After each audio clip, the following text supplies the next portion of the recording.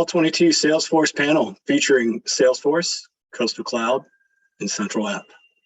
That's as formal as I'm going to sound and try to sound for the rest of this meeting, okay? So we appreciate you taking time. You know, if it was me, I'd be sitting here with my camera off, my microphone muted, and I'd be eating my dinner and watching. So welcome, okay, and thank you for coming. My name's Ian Morse, and I'm a part of the Code Kentucky team for Eastern Kentucky. My counterparts are Shannon, who is here with you, Shannon. I don't even think I need to even say Shannon's full name, but it's Shannon Sider, so you all know Shannon, okay? And then we'll have our introductions with our panelists in just a second, but the rest of our team is Brian Lehrman. Brian is the operations director, if I'm correct, for Code Kentucky and Code Louisville. And also Dottie Nolan is our student community coordinator, and then Betty Hayes is our employer engagement person for the Eastern Kentucky region. So we're all part of this great team, and we're excited to have the folks on tonight from these three great companies, and we're going to talk about Salesforce. So let's go ahead and dig right in. Let's flip to the next slide, please. Thank you, Shannon. All right, so I'm going to ask you to mute yourself, turn off your camera, and appreciate you doing that. And let's, at some point, we'll ask you to unmute yourself. And we want you to be interactive with us and have fun. We're going to really try to enjoy it. August Mapp has also joined us as well. And August Mapp is the person that you all need to be speaking to as you finish up classes and you get ready to be done. You need to talk to August and connect with him, because he'll make sure you get connected to the folks that are on this call and take those next steps with you, okay? So here we are. Let's go. And next slide, please. All right, so here's very simple. We're going to do some brief introductions, and then we'll hear from our panelists. But we're also going to take questions from the audience. So what we're going to do is I'll kind of tee up a question for the panelists. They'll go ahead and answer it, and then we'll open it up to you, and we'll let you kind of have some reaction to that first question that I asked, and we'll just go from there. And that way, it's a little more interactive, you have a little more fun, and we want to get you engaged in talking with these folks, because we're not here just to talk to one another. We're here to talk to you. All right, so there we go. So I'm going to just go ahead and start first with Melissa Rowe. Melissa, go ahead and tell us, and then if you would just pass it to the next person, that would be great. So please tell us what's on the screen, and welcome, and thank you for making the time to be here.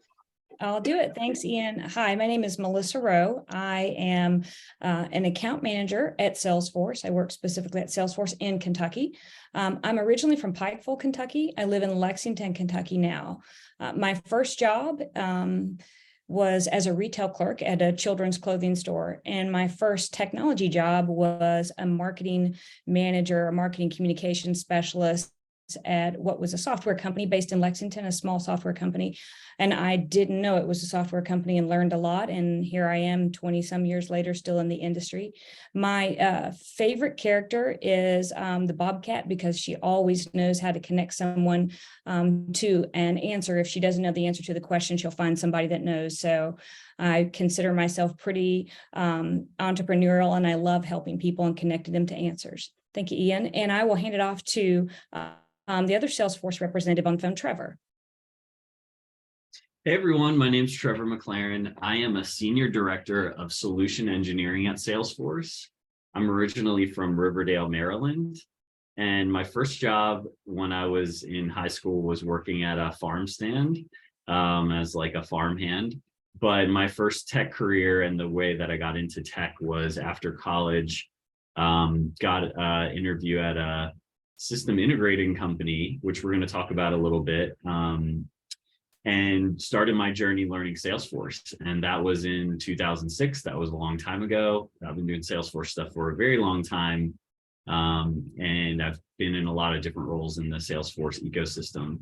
My favorite character for Salesforce is Cody. He's the big bear, and he loves all things technical and loves to dive deep. Loves to config and code, which is, we'll talk a little bit about that more too. And with that, I will turn it over to Beth.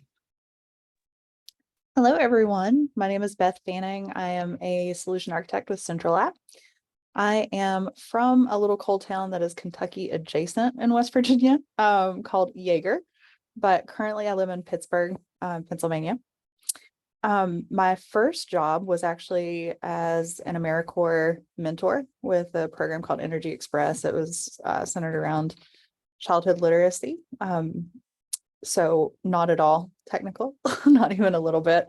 And that was kind of the way that I stayed until 2017. So I actually left the workforce when we moved to Beckley, West Virginia, to start our family, and found an apprenticeship with CentralApp during that time. So I joined an apprenticeship program to become a Salesforce developer, and they were kind enough to match me with some people with some great skill sets. And I'm now 5 times Salesforce certified. I've been with CentralApp for the entirety of my career. So I went from just working a few hours part-time while I was home with my daughter and she was younger, to now a full-time W-2 position with CentralApp.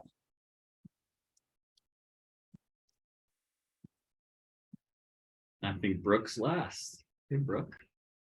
Last but not least, okay, so hopefully my Wi-Fi will hold out for you guys. So Brooke O'Brien, I am a director at Coastal Cloud. I'm also a solution architect here. I'm an Army brat, so I don't really have a hometown. I claim Birmingham, Alabama. I'm actually there's a smaller town called Columbiana, which was the county seat that's below Birmingham. But anyway, small town. My first job, I was actually an engineer. So I got civil engineering degrees and went into engineering. It was kind of sort of tech, but not really. I was a remediation engineer, so I did a lot of groundwater sampling, soil sampling. Did not like it at all. So I was one of those career changers. Spent 6 years going to school and realized, oh my God, I really don't like what I'm doing. What do I do now? Went through like the nervous breakdown and then my 20s going, oh my God, what do I do? And actually at the company that I was with, got into their marketing department, and because I really liked problem solving and I liked numbers and I liked working with spreadsheets and data and all that stuff. And the company that I was with wound up purchasing Salesforce as an application. And so I started using Salesforce to do our reports and dashboards. So I was a user before I became a consultant. And so after a couple of years and moving up within my organization as kind of a key data person, Salesforce subject matter expert, all that stuff, in 2019, I got a position with Coastal, and I've been a senior consultant, solution architect, and now a director here at Coastal. So, I'm happy to talk to anybody about, career changes. It can definitely be done. My husband now works for Coastal. He was a warehouse manager with a degree in criminal justice. So, total, not even remotely related technology, hates computers, but it can work in Salesforce. So. Favorite Salesforce character. I don't know. I like Astro, the little dude with all the costumes and the Trailblazer, jacket, mainly because there's a lot of different outfits and I bring those plushies home to my kids and they just love it. So. Awesome. Well, thank you, Melissa, Brooke, Trevor, and Beth. Welcome. This is great. Oh, and Beth forgot to tell us her favorite is Blaze because she can help you jump over obstacles. So Beth, you want to unmute and just read the rest of that? Sure. Yeah. So sorry, I totally forgot to tell you all my favorite characters. So it's Blaze, because she can help you jump over obstacles, move around barriers, and see the path forward. And that's a lot of what I do every day with our talent exchange members and also with our clients. It's my favorite thing to do. Awesome. Fantastic. Thank you. Thank you for sharing, all of you. Well, I'll just say that I'm a newbie to Salesforce. So my favorite Salesforce character is the Einstein you see on the screen because he's inquisitive. He's always asking questions. He's wondering and wants to help people. And just like Melissa, I have a lot of great teammates at Code Kentucky and Code Louisville and lots of people at EKSEP that I can turn to. If I don't know the answer, we'll find it out, right? That's what it's all about. But we want to help. All right, next slide, please. Thank you, Shannon. Okay, so there's a lot. This is busy. That's why I went ahead and put some things in white for you, okay? So this is general panelist questions. So we're not going to be all dry and, what do you do and how do you do it? What we're going to do is we're going to have more of a conversation. And I really want to back up just a second and say to Trevor, I want to start with Trevor. So there's really no order to these, okay? We're going to kind of march down through it, but I'd like to start off with Trevor because of this. Trevor's from Riverdale, Maryland. I'm from Potomac, Maryland. I went to Salisbury University. I have a master's and an undergrad from Salisbury. So lived on the beach and had my parents were blessed to have a beach house in South Bethany Beach, Delaware. And I lived there from all through undergrad and grad, and was an avid surfer and skimboarder quite a bit. So do I know anything about coding? Do I know anything about Salesforce? No. So here's what we're going to do, because this is the best part that I like about this. Is we're going to actually frame our discussion around an individual. Okay, Brooke? So what we're going to do is I am working as a cashier, and I'm working at my local Save-A-Lot. And I have heard that our local government is using Salesforce. And they're using Salesforce to administer government operations. I'm thinking, that's kind of interesting. I've heard about Salesforce. I've heard there might be job opportunities if you can get into that, but I don't know anything about it. I just know that it's something I want to do. So I learned about Code Kentucky, and I learned that Code Kentucky was offering a class. I could learn to get through Salesforce and be a Salesforce admin. And I thought, well, I'm going to go ahead and do that. So I've just finished the class, and I'm learning about Trailhead badges. I'm learning about Salesforce. Trevor, you've got how many Salesforce certifications? And I have 6 certifications. Wow, that's amazing. So go ahead and kick it off from there and talk to us about, kind of take that question from around the standpoint of these badges. Everyone was introducing themselves and adding these badges in. Does that sound better? It's not Can much. somebody said it got a little lower? All right, There. better? Yeah. Yeah. Perfect. Okay, I'm gonna lean in a little bit. They're getting my big face. All right, so talk to us a little bit about that badge experience, and then also what those mean. Go ahead and pick it up from there. I kind of lost. Yeah. A little bit. Go ahead. There's a little bit of an echo, so if you want to mute, we'll figure that out. Okay. All right. So yeah, a little bit about my story. I'm 6 times certified. I've been working at Salesforce for 11 years now, but I started as a super junior consultant at a consulting company. And my career path has been really interesting because I've worked and when I mentioned the Salesforce ecosystem, there's 3, maybe 4 primary employers of Salesforce people, right? There's the system integrators like Coastal Cloud, where Brooke's from.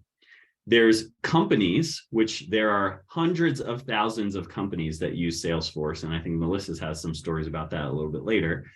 There's working for Salesforce, the company itself, which we have 86,000 employees and we're growing.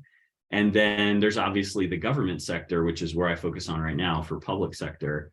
And the government is a huge growing area where they need expertise and they're willing to invest too. So getting something like a Salesforce admin certification is really beneficial.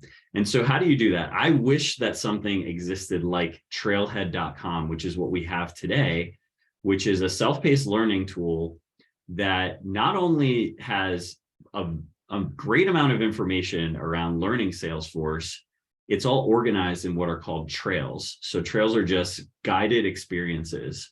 There are even trails called trail mixes that are going to have several trails together. So you could take the trail mix around becoming an admin.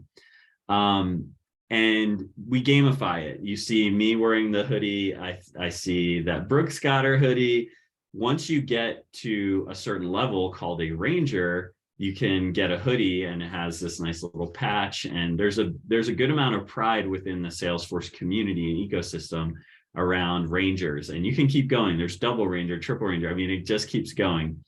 The last thing I'll say, and then we'll get to the next question, is that the Trailhead experience also has its own community. So if I were looking for a job, I would join the local user group. There are user groups in many different areas around the country. So I live in Denver, Colorado. There's a Denver, Colorado user group, and I'm a member just to see what job. They're constantly job posting in there, looking for a Salesforce admin, part-time, full-time, different job opportunities there that are posted locally, and folks want to hire and bring in those folks with those experience. So that's a little bit about my experience. I was on the system integrator side. I actually worked at a company called Blackboard, which was an ed tech company, as a Salesforce administrator, and then managed all the Salesforce administrators. We had about 5 globally. And then I've been at Salesforce for 11 years. So I've just been riding the wave that is Salesforce for as long as I possibly can. All right, Ian, let's see. Excellent. If folks, you want to look in the chat, there's some links that have been put up in the chat about some different groups. Okay, is it sounding a little better? Good. Okay, cool. Well, that's all right. I have trouble with Zoom in this computer, but we got to keep going. So here is, I want to bounce back up to the top. And I want to go back to Melissa. I want to back it up. And then, Melissa, let's tee it up to the audience, okay? And let folks come in after this. But let's how can these sort of, this is really Coastal Cloud CentralApp as well on this. How can the candidates with this entry-level experience stand out amongst these other job applicants? What kinds of things should they share about their Salesforce training experience with Code Kentucky? Now, keep in mind, they do a project as part of this too. So they're doing this, and then they have to have a project that they're doing. So I'll toss that out to the group. And Melissa, why don't you start, and Brooke and Beth, and then Trevor, if you want to chime in, and then we'll turn it over to the audience and let them ask them this question too. Yeah, I think it faded out there a little bit, Ian. I think Coastal and CentralApp are going to comment as well. But in terms of standing out, I'll share a little bit about my journey. And as I believe Beth alluded to as well, she did an internship and apprenticeship. So where you can, in terms of, separating yourself from the other job applicants that might be out there. If you have an opportunity, like Trevor said, to join a meetup, to network with that ecosystem, to also go out on Trailhead, it's free, and get additional badges to highlight your work, maybe even donate your time to work on projects. So you have kind of that representative work. If you don't have that experience on your resume, that's something that we would recommend. There are, I want to say, 15 million community members in the Salesforce ecosystem there that you can network with, and millions of people taking trailheads at all times. So there's a big growing community at all times to support you. And my advice would be to make sure you network, and get those other folks that can help you get those initial experiences if you don't have them now, and add those to your resume. I think Sarah from Coastal Cloud is not on the phone right now, but there was someone out of the Louisville area, for example, who had several badges, and a young woman who was looking for a job. So I connected her into Coastal Cloud, and she ended up getting a job at Coastal Cloud. She had no work experience whatsoever, but she had a lot of certificates and badges, and just use that power of your network, because that's going to help you stand out.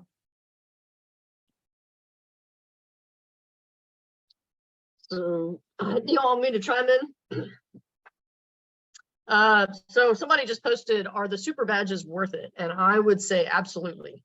The super badges are the closest thing to real world experience that you're going to get. The badges are great. They expose you to new concepts. They walk you through step by step how to do something. But in some cases, when you're going through the badge, you're wondering, why am I doing this? The super badges put it into context for you. It basically gives you a general concept, and you've got to think about how to do it.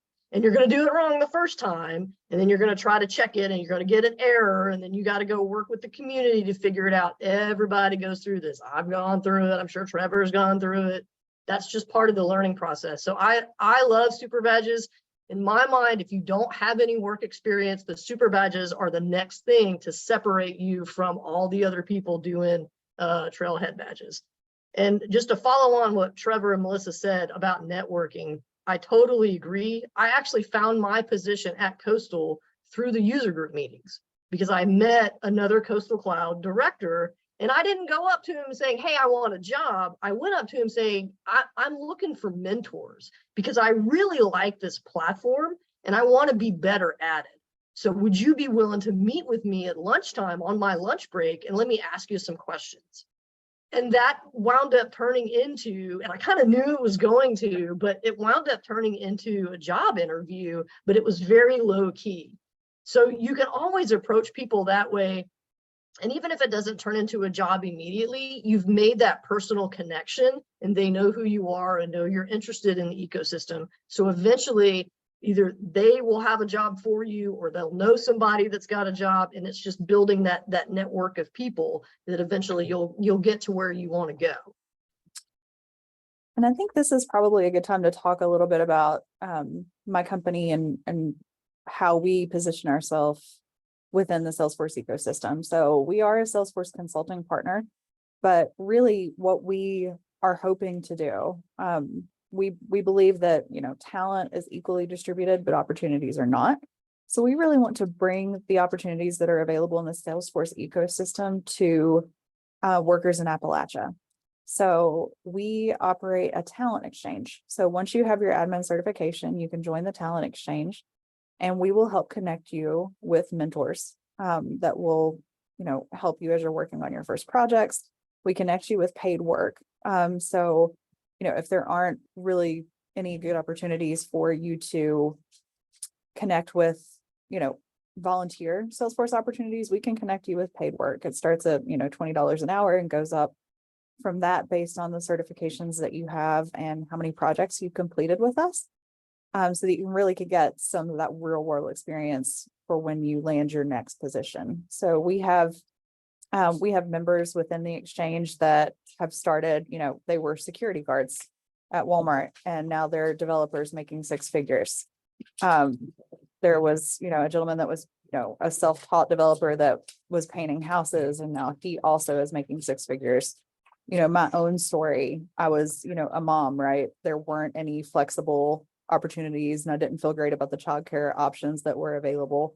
So I decided to stay home with my daughter, and CentralApp was able to connect me with work and a whole new career, basically, once I got my admin cert. So there's a lot of different paths that you can take, and CentralApp would love to be part of that journey with you as you get started.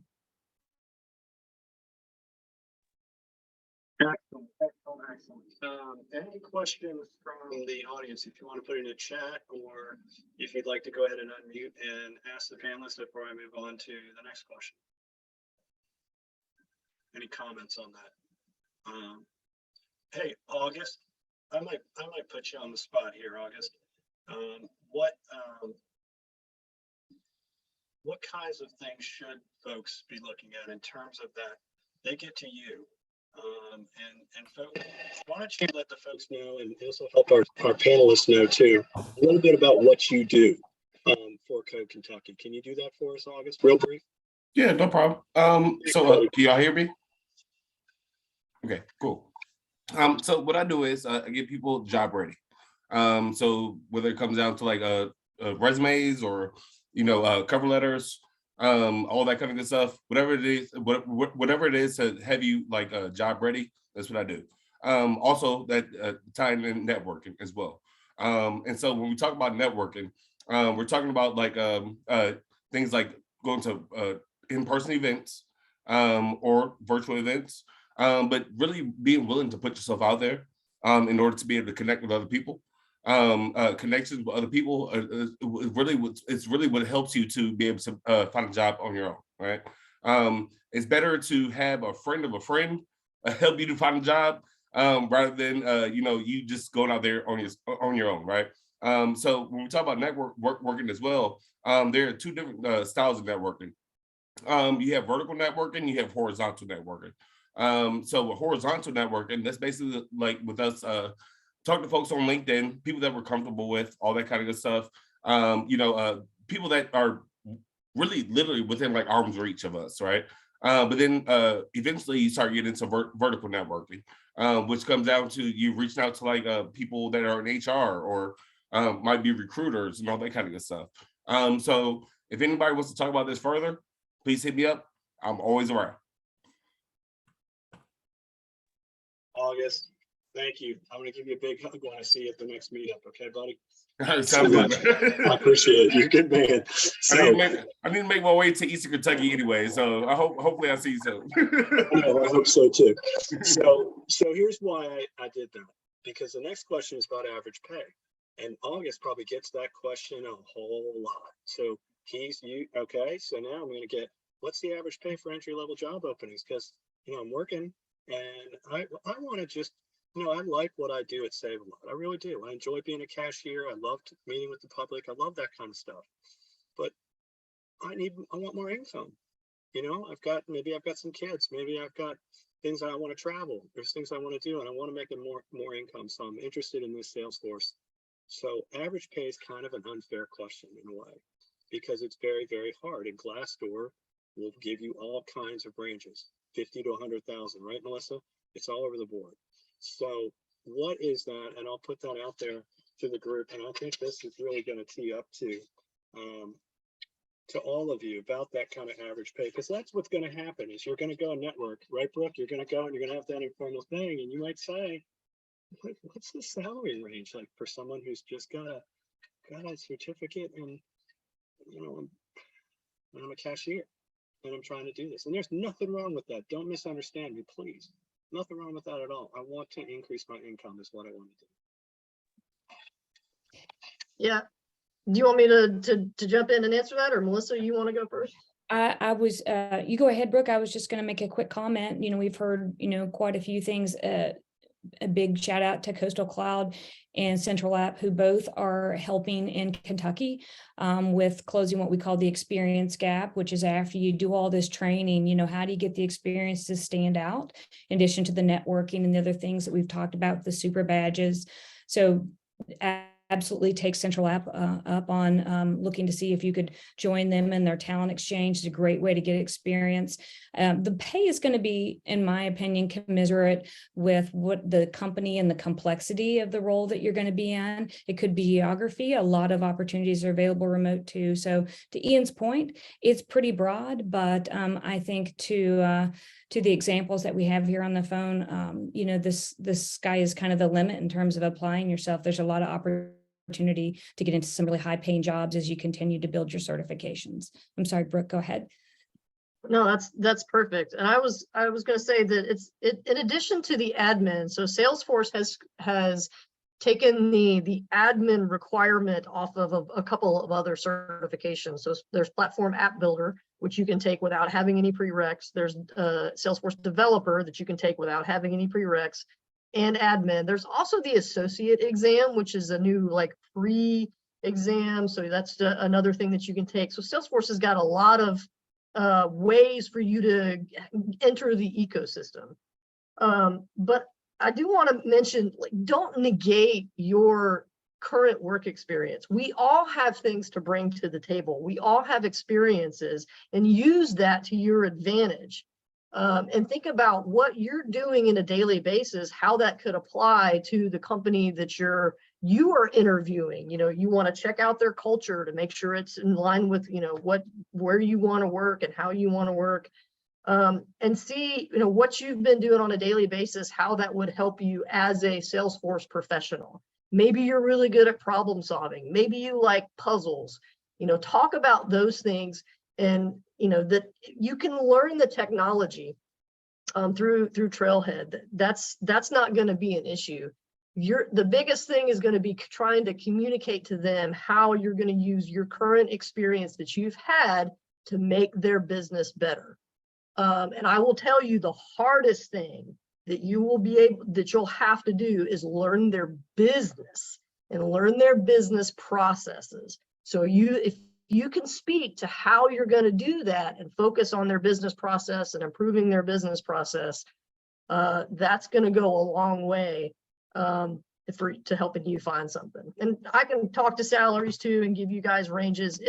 Like Melissa said, it all depends on how much experience you do have. If you've only got 2 years experience in the workforce, you're not going to get as much as somebody that's got 15 years of experience doing something. Maybe they're doing marketing or warehouse management or people management or something like that. So yeah, it varies. I love what you're saying, Brooke. And I'd say here's where you can connect the dots. So Ian gave the example of working as a cashier. You could be in any job. When you're learning the Salesforce platform, you really have an opportunity to look at what you're doing and think about, how could I use Salesforce in this situation that I'm in? And if you can tell an employer that you're looking for a new job to get into Salesforce and tell a story, wow, you know, once I started understanding Salesforce, I work as a cashier. I see all of my customers as accounts with contacts. You know, there's a household and all these people there. And I'd love to see the lifetime value. And, you know, you can start connecting the dots between what you're doing today and what terms, you know, are out there in Salesforce. To bring up the warehouse example, you know, we have some customers using Salesforce to track and manage warehouses of PPE that happened. You know, they got a ton of money and a ton of supplies during COVID. So, you know, that they're using Salesforce for that. So anything that you're doing now, if I was interviewing somebody and they have a non-traditional background, non-tech background, if they could connect the dots to what they do today with the technology, that would show me that they're thinking in this way that's going to really be able to benefit a company, a consultancy, or even Salesforce themselves. So I'd invite you to do that.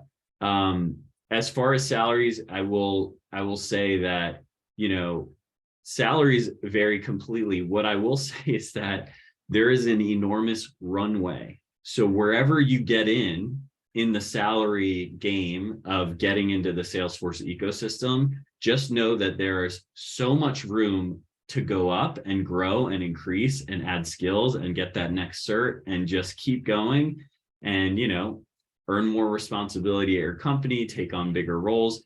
I have just been, like I said, riding this elevator up, starting as a complete entry-level consultant with Salesforce. For the past 15 years now, I manage a team of 11 technical professionals.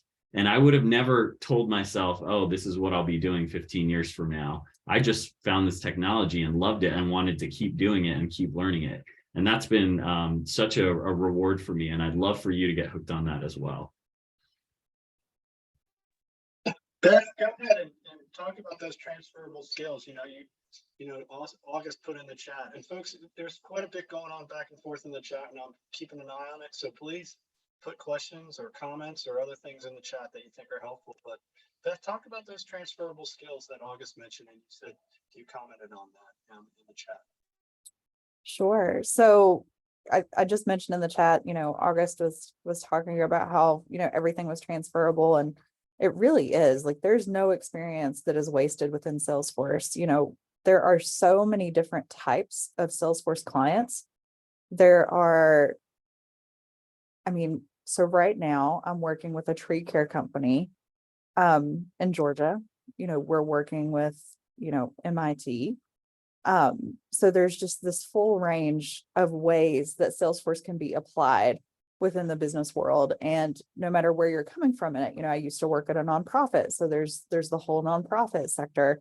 You know, there's clients literally in every industry. And so no matter what job you've had before, there's always a way to kind of bring those skills across. Or even if you've been out of the workforce for a while, you know, we see a lot of moms that are looking to get back into work. And they come in, and, you know, moms, you're balancing a lot at home. You're keeping track of multiple schedules, you're keeping track of deadlines, you know, all of that is, you know, great training for learning to, you know, to be a project manager within Salesforce. And we have several moms that are project managers with us now, that are doing great at that. So no matter what your experience has been before, even if it's non-traditional, even if it wasn't a real job, even if it was, you know, an internship or just the way that you're managing your household or your family, all of that can transition into Salesforce. Exactly. Multitasker, organizer, manager. You were so right, Brooke.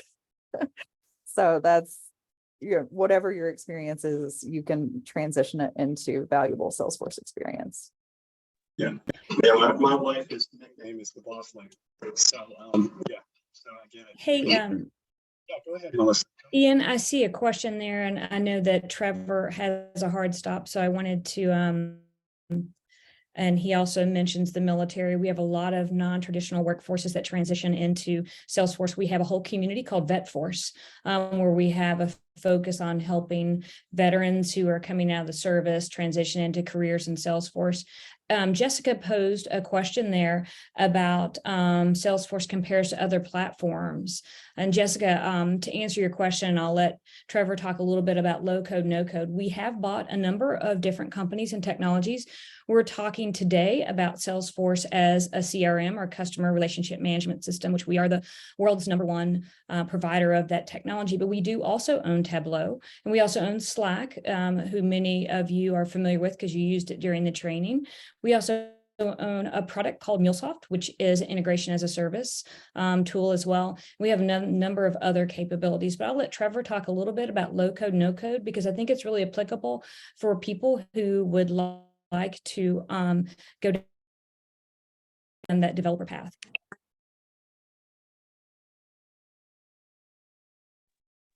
The beauty of Salesforce is that we can really meet you whatever your hunger level is for how technical you want to get. So, and the consultancies, so Brooke, can you even comment on this? We have so many different roles. There's a business analyst who's really focused on documenting processes and mapping them lightweight into Salesforce with all of the no code or very low code tools that come out of the box. So that's what you're really going to learn during that admin experience, is how to configure Salesforce to meet a business process and get those skills that you're going to be ready to do that. But you can keep going. If you love to code and love to write code and build things from scratch, Salesforce and all of the companies around it have extensive amount of depth. And once you go through Trailhead, there's also a whole community on developer.salesforce.com, which has all of the documentation about how you can really dive into the code experience of Salesforce. And that's going to open up a whole new career path. On one of the previous slides on the bottom, it had like this little claw and like all the 5 different kind of areas of Salesforce roles. So one of them is pure play developer. So if you get started with Salesforce and you're like, wow, I'm breezing through this admin experience, really want to see more of the technical depth, I want to look behind the scenes and build using all the tool blocks that Salesforce has, not just low code, no code. You can go in that level of depth. But for my folks who that's not them, they want to get started. They want to be able to use drag and drop, click, what you see is what you get, those types of tools. That's what those low code, no code tools are. You have a very long runway, and I have many members on my team that don't write any code, and they are in very technical roles to be able to explain what the technology can do. So just know that that is a nice, healthy, long runway for you, whether you like to code or not, and Salesforce welcomes all. Awesome, awesome. So there's another question that came through, and this one's from Jared. And Jared is our Code Kentucky student coordinator. So he is Dottie Nolan with East Kentucky. She's our student coordinator and for Code Kentucky, and Jared is for Northern Kentucky. Jared, do you feel like your question has been asked? And if not, go ahead and unmute and ask away. I want to make sure your question gets answered because I think it's important.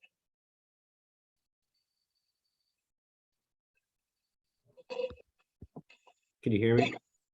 Yes, sir. Go for it. Yeah, just I wanted to know if there was an experience or something that was different about working for Salesforce than you expected when you maybe first heard about Salesforce or first started the training. Just anything that wasn't what you expected, or a surprise, or maybe a common misconception you might have had going into the industry. I'll provide an answer. Oh, I'm sorry. Oh yeah, I'll do a softball. I'll just say that Salesforce, Okay. the word sales is in the Yeah. name, and There's we that. do everything. That's not, I mean, the name is almost irrelevant now because we work with nonprofits and government and every industry, manufacturing, car makers, I mean, healthcare, you name it, it's not just sales. And I think the name almost gets us in trouble sometimes, but that's what's blown my mind over all of this time. But go ahead, Melissa. Yeah, that's a great point, Trevor. And it is something that confuses Melissa? people as well. So for, Melissa, yeah, can you, lean forward, you're blurred out. There you are, I'm sorry, say that again. blurred out. I'm blurred out. Okay, I'm not Your sure. video's a little blurry. Yeah, your camera's blurring you completely, so just lean forward a little bit. Okay, it could be how dark it is in here, as long as you guys Yeah. can hear me. Yeah, my Yeah. voice is probably better than my image. Okay. So, yeah, thank you. So one of the things that I would share for the Kentuckians on the phone, as Trevor mentioned, the sales piece is confusing as to the type of work that you might be doing in terms of the sales piece in the name. So to give you an example for Kentuckians, Humana is a large customer of ours, one of our largest customers, and they use our technology for the patient experience, if you will, right? The state of Kentucky is a customer. They've used us to track COVID. So if you got COVID and you got a call from a contact tracer, they were using Salesforce to track all of that information and manage it. If you're in the city of Louisville and you got a vaccine, you were using Salesforce technology to schedule that appointment, and the city of Louisville was using Salesforce technology to manage that vaccination. So there's just a number of different ways, but I think what is surprising for me, I've been in the tech industry now almost my entire career. I had one other job that wasn't tech related. And every company I go to, I've worked at Amazon and I've worked at Dell, for example. I've worked for small companies as well. Every company that I went to, some 7 companies across my career, every single company used Salesforce. I had to know how to use Salesforce to do my job, which is not technical and not working on Salesforce. That's one thing that kind of surprised me. The other thing, kind of coming into Salesforce as a Salesforce employee, is kind of what Trevor alluded to. It's not so much about the technology, but it is about what each customer wants to do with the technology. So I had to refocus how I focus on working with my customers in terms of what they want to accomplish, right? So if we're talking about contact tracing, we're talking about contact tracing. We're not talking about a CRM.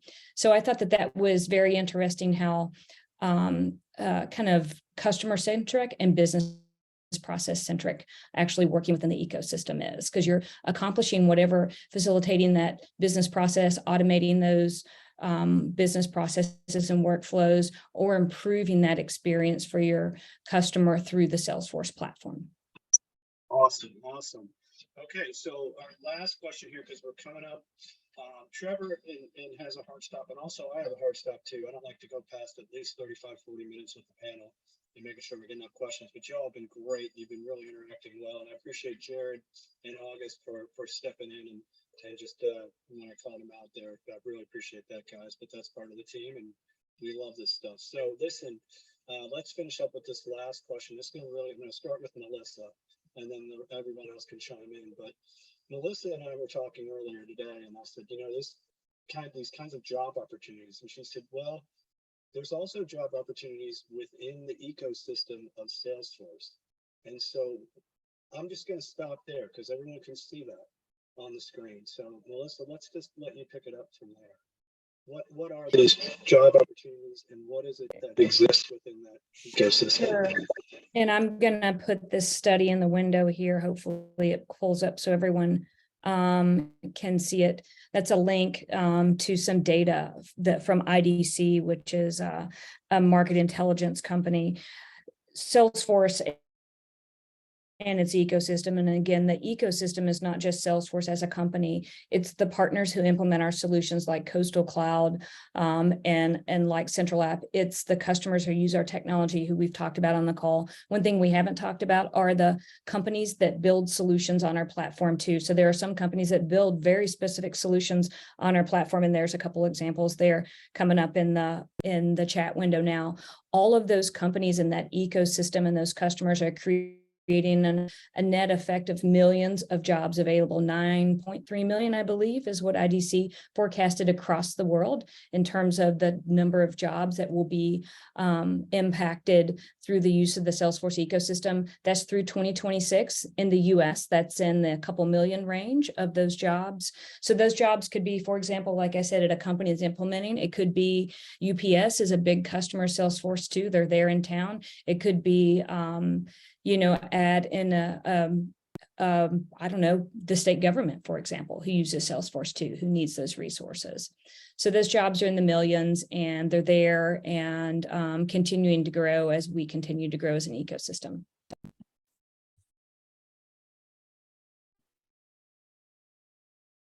I can take Ian, this there you go. text question and then we can come back. But so Laura was asking, how many of years experience will one need before having a chance at Salesforce? All right, so at the company. And I applied for a job and did not get it, Laura. So I didn't, if at first you don't succeed, wait a year and get more certs. No, that was kind of my journey. But I would say that all of the jobs that are posted on our website will tell you how many years experience we're looking for. And there's many different levels because Salesforce, like I said, hundreds of thousands of companies use Salesforce. There are roles in sales that require 1 to 2 years of Salesforce or any kind of job experience, and having the Salesforce cert would add so much to that, right? So that's our business development representatives and our sales development representatives, and that's going to get you into the ecosystem. So take a look at those if those are posted. For the more senior jobs where you're going to be a technical expert, those are the 5 to 7 year range, but you can cut your teeth at a company, you can cut your teeth at a consulting firm and really get those 5 to 7 years of implementation or, hands-on experience that are going to get you ready for those technical jobs at Salesforce. But like I said, the Salesforce economy and community continues to grow. So if you see something, like I said, take a look, see how many years experience it has, use your network. If you know somebody at Salesforce, ask them, do they know somebody in this role? Do they know anything about this role? Get to know before you just throw your name in the hat, and see if there's any networking you can do that way. That always helps. And I'm so sorry to take off early, but I hope you all are motivated to try something new and to continue to learn. And I'll see you all sometime soon. Take care. Thank you, Trevor. Appreciate your time. Thank you for being here. Beth, you want to kind of pick up where I was going there in terms of CentralApp and do you know August Mapp, who's with Code Kentucky? Because you all should get to know each other for sure with the opportunities that you can present for folks. Definitely. I have not met August yet, but I'm looking forward to connecting outside of this call. So just a little bit more about our talent exchange. It is free to join.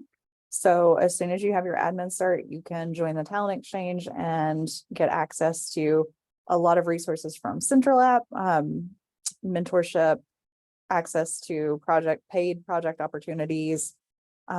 Occasionally we will sponsor furthering certifications. So if you're interested in an additional cert, there's a chance that CentralApp will pay you to get it. And then of course, just our great community that's growing of Salesforce talent here in Appalachia.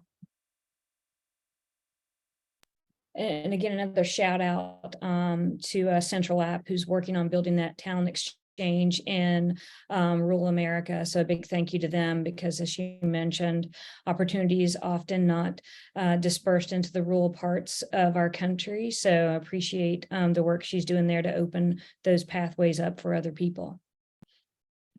Awesome.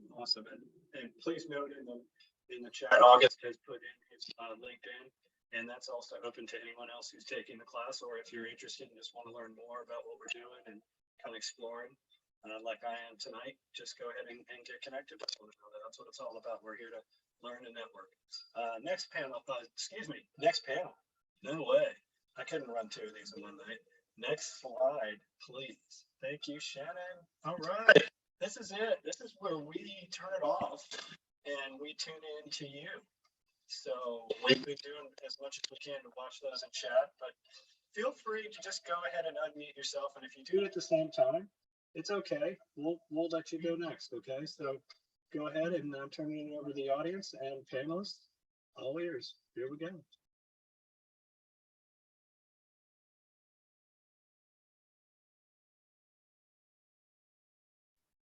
Shannon, cue up the Jeopardy music for me, please. Thank you.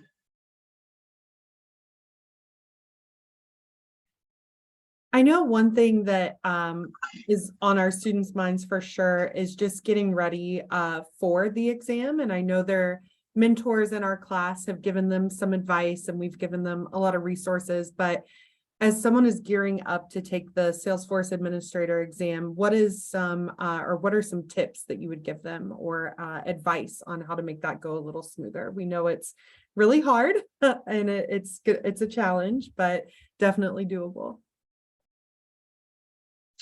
So I would look at Trailhead. They do free certification days, and they have review classes. And in those review classes, you get after completing the class, it's like a day, maybe half a day, something like that, 4 hours. They give you a voucher for, usually it's like $70 or $50 off the actual exam. So that's the first thing, is take advantage of all the free certification review that you can. Udemy has some great courses that are usually really cheap. They're like $15. They're great reviews if you've gone through Focus on Force and you just need something else. So I would look at those more, inexpensive ways to do some prep and review and all that stuff. The last thing, guys, you cannot be afraid of failure. Everybody fails Salesforce exams, whether it's the admin exam or whether it's your second, your third, your fourth. Everybody fails them. If you don't fail it the first time, you're going to fail your next one. So the biggest thing is perseverance. Okay. Take it once. If you fail it, take it again. If you fail it, take it again. Take it as many times as you need to. If you want to do this job, I would much rather see somebody that tells me that they failed the exam multiple times and persevered and got it, than somebody that takes it the first time and passes. So the last thing is, nobody cares how many times it takes for you to pass an exam. Nobody's going to ask you that question. And honestly, if they do, you probably need to run the other way. So. Yeah, you don't want to work with those people.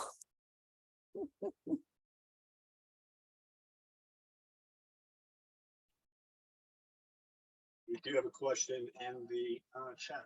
Are there any App Exchange apps that you might recommend for new admins to learn as they're getting their first certification?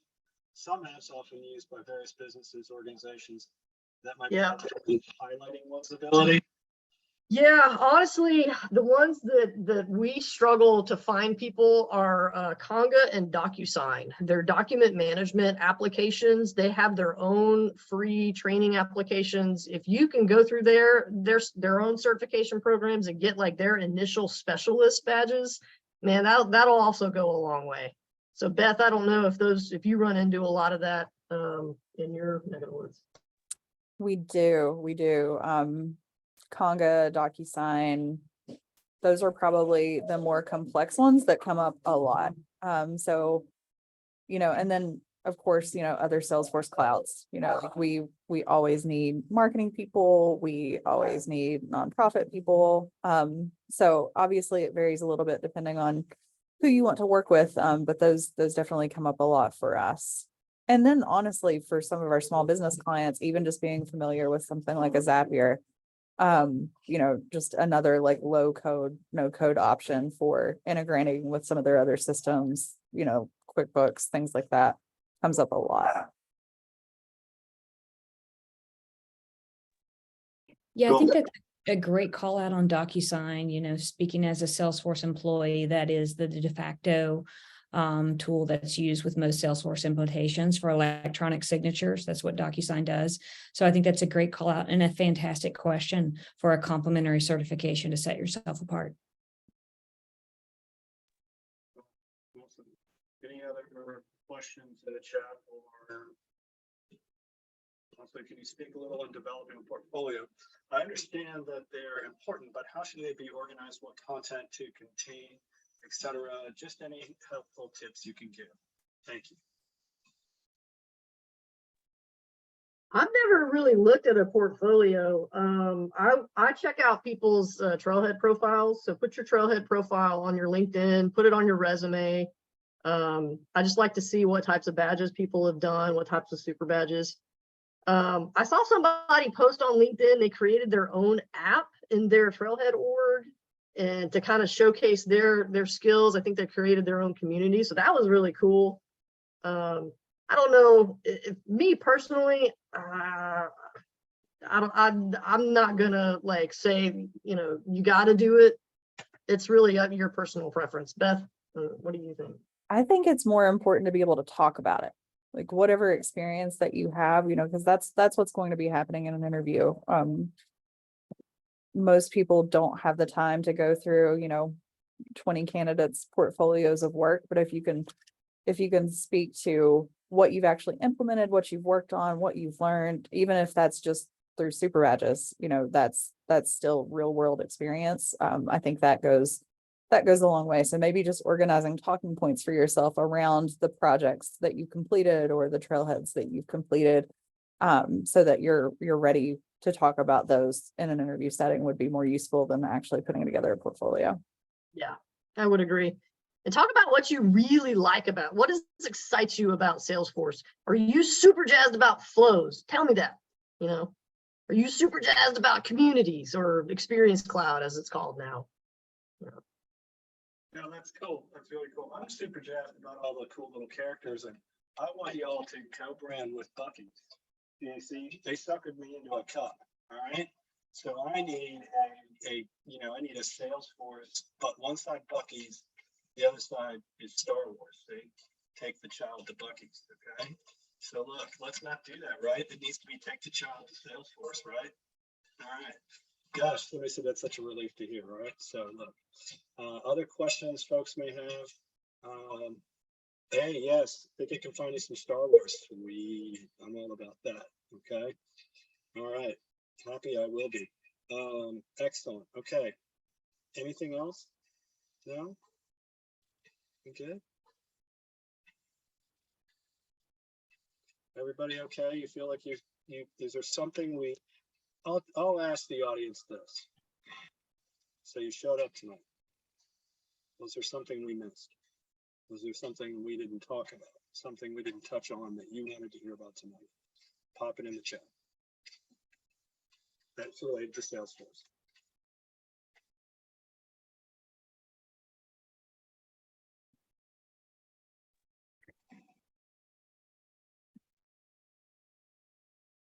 Yes, Trailhead is free. You will always have access to Trailhead. I don't know about your Trailhead. I believe you created an account and have credentials to log into Trailhead. I'll need to ask, this is Melissa, I'll need to ask your trainer. I'm sure there's someone on from Code Kentucky that can help with that too. You can link it, even if you lose access to the Salesforce org that you originally signed up with, you can link it to your social. I think you can log in with, like Facebook, or if you have a separate Gmail account. I think I have mine connected like 6 different ways because I'm terrified of losing my 260 some badges. You should be able to take it with you wherever you go. Okay. I would say if you're in the Salesforce class, that might be a good question on the instructor side that we can ask them, but you should have access, from my understanding, you should still have access to your Trailhead, but your access to like the actual course material would end, I think, at some point. Okay. All right. Well, thank you, Shannon. Next slide, please.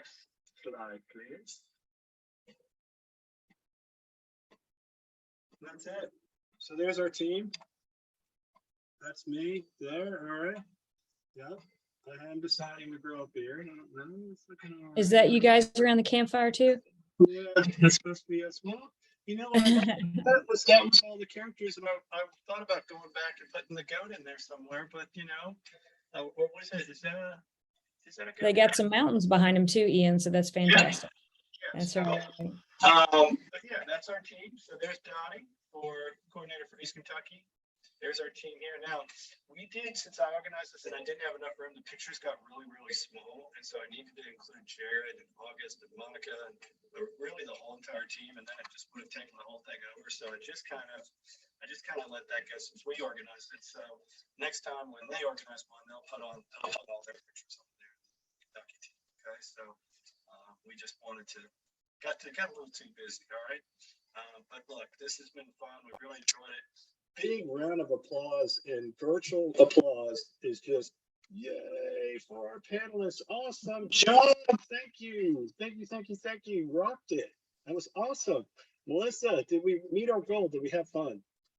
We had fun and really appreciate Code Kentucky and the partners for continuing to spread the opportunity about the Salesforce ecosystem across Kentucky. So very happy to connect with any of the students that were on. So look forward to seeing your careers grow.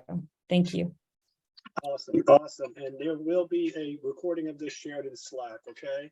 And I appreciate all of you. I appreciate Jared and August for chiming in there, and be sure to connect with August as you finish up. And if you're not sure how to get to him, connect to Jared. And if you're in Eastern Kentucky, connect to Dottie. And if you have not met Betty Hayes, you need to meet her. She is a hoot, and she's one of my coworkers as well. So thank you all for coming out tonight. We really appreciate it. And everyone have a great evening. All right. Take care. Be safe out there. Thanks, everyone. Bye. Thank you. Bye-bye.